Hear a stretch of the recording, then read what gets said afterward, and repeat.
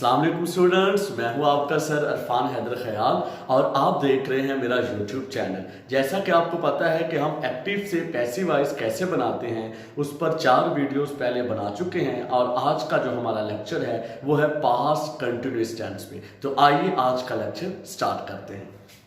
सबसे पहले तो पास्ट कंटिन्यूअस टेंस, हमें कैसे पता चलेगा कि जो सेंटेंस लिखा हुआ है वो पास्ट कंटिन्यूअस टेंस है। तो बेटा याद रखें, कोई भी फिक्रा जिसमें वाज या वर दोनों में से एक हेल्पिंग वर्ब आएगा, वाज या वर, और उसके साथ आईएनजी वाली फॉर्म लगी होगी तो समझ ले उसका ताल्लुक है पास्ट कंटिन्यूअस टेंस के साथ। फिर बच्चे कहते हैं सर हेल्पिंग वर्ब तो 2 हैं, एक वाज है एक वर, हमें कैसे पता चलेगा कि हमने वाज किन के साथ लगाना है और वर किन के साथ लगाना है? तो देखते हैं, ही, शी, इट, आई और सिंगुलर नेम के साथ हम वाज का इस्तेमाल करते हैं, वी, यू, दे, और प्लूरल नेम के साथ हम वर का इस्तेमाल करते हैं। यानी कि ऐसा सेंटेंस जिसमें वाज प्लस आईएनजी वाली फॉर्म, वर प्लस आईएनजी वाली फॉर्म मौजूद हो तो उसका ताल्लुक होगा पास्ट कंटिन्यूअस टेंस से।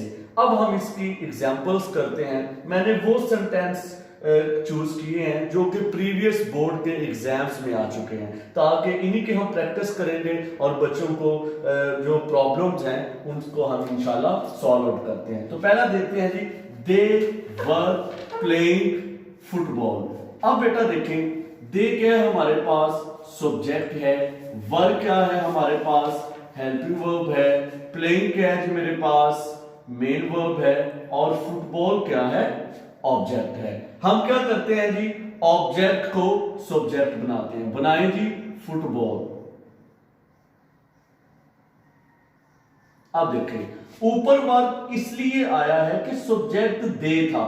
अब फुटबॉल जो है वो सिंगुलर नेम है, तो सिंगुलर नेम के साथ वॉज का इस्तेमाल करना है। ठीक है जी, तो इधर आ जाएगा मेरे पास वॉज। ठीक है, अब क्या करेंगे जी, हमने सीखा हुआ है कि पैसिव बनाते वक्त कंटिन्यूअसली हम बीइंग का इजाफा करते हैं, तो इसके साथ आ जाएगा B I N G, being. उसके बाद थर्ड फॉर्म प्लेइंग, इसकी थर्ड फॉर्म क्या होती है जी, आईएनजी वाली, आईएनजी को खत्म करें, ईडी लगा दें, प्लेट। और इसके बाद क्या होता है जी, बाय। दे इधर आएगा तो किस में चेंज हो जाएगा, दे, देयर, देम, तो इधर आ जाएगा सर हमारे पास देम। ऊपर फुल स्टॉप था, इधर भी फुल स्टॉप लगा देंगे।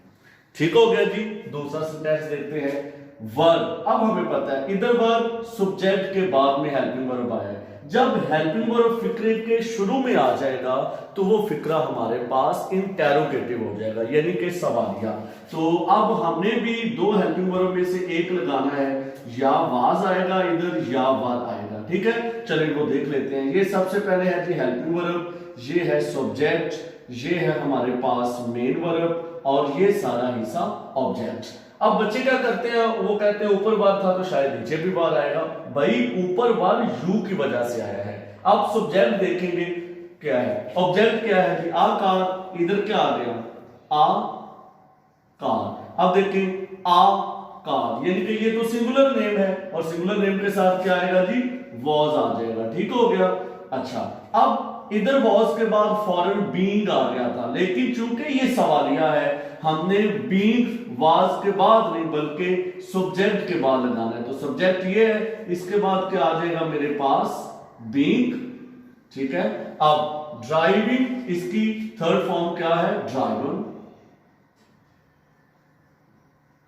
थर्ड फॉर्म के बाद क्या आ जाएगा जी, बाय, और यू इधर आके किस में चेंज हो जाएगा, यू में, यू, योर, यू।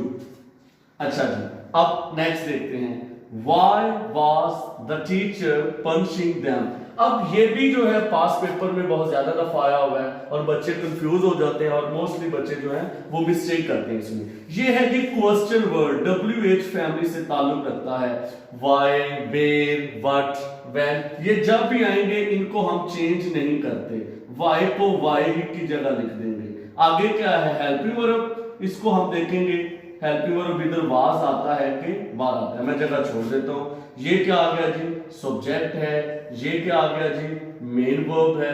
ये क्या आ गया जी, ऑब्जेक्ट है। अब देम है, इसने सब्जेक्ट बनना है, तो देम का सब्जेक्टिव केस क्या है मेरे पास, दे है जी इसका सब्जेक्टिव केस। अब आप बताएं कि दे के साथ वाज आएगा कि वार आएगा। हमने इधर सीखा था जी दे के साथ वार आता है, तो इधर क्या आ गया जी मेरे पास, वर। फिर ये भी हमने सीखा है कि वाज के बाद बीइंग आता है, लेकिन चूंकि ये सवालिया है, इंटेरोगेटिव है, इसीलिए वर के फौरन बाद बीइंग का हम इजाफा नहीं करेंगे। तो दे के बाद हमने क्या लगा लिया जी, बीइंग, पंचिंग। अब आईएनजी को खत्म करें, पनिश, एडी लगा लें।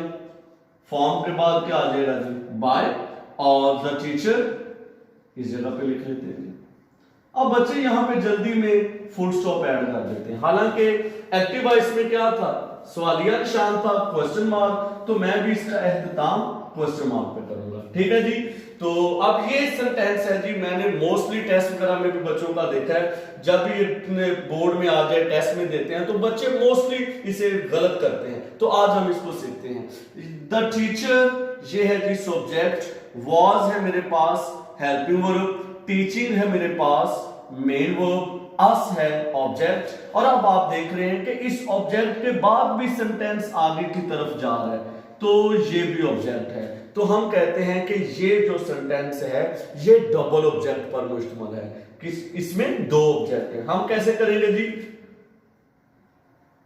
इधर से स्टार्ट करते हैं। अस, इसका सब्जेक्टिव केस क्या होता है, वी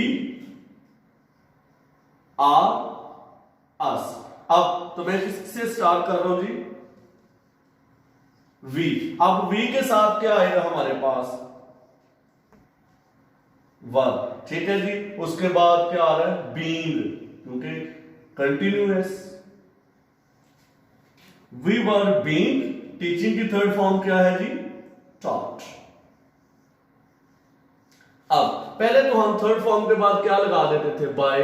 थर्ड फॉर्म के बाद क्या लगा देते थे, बाय।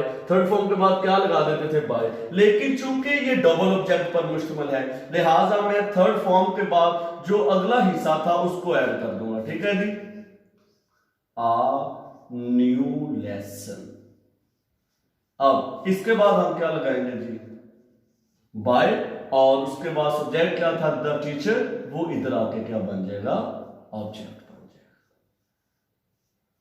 ऊपर फुल स्टॉप था, इधर भी फुल स्टॉप। तो ये था जी हमारा आज का टॉपिक, पास्ट कंटिन्यूअस टेंस, किस तरह बोर्ड में सेंटेंस आएगा और हम कितनी आसानी के साथ उसको पैसिव में चेंज कर देंगे। उम्मीद करते हैं कि आपको हमारी ये वीडियो पसंद आई होगी। अगर हमारी वीडियो पसंद आई है तो हमारे चैनल को जरूर सब्सक्राइब करें, वीडियो को लाइक करें, अपने दोस्तों के साथ शेयर करें। मिलते हैं नई अगली वीडियो के साथ, तब तक अपना बहुत ज्यादा ख्याल रखिएगा। अल्लाह।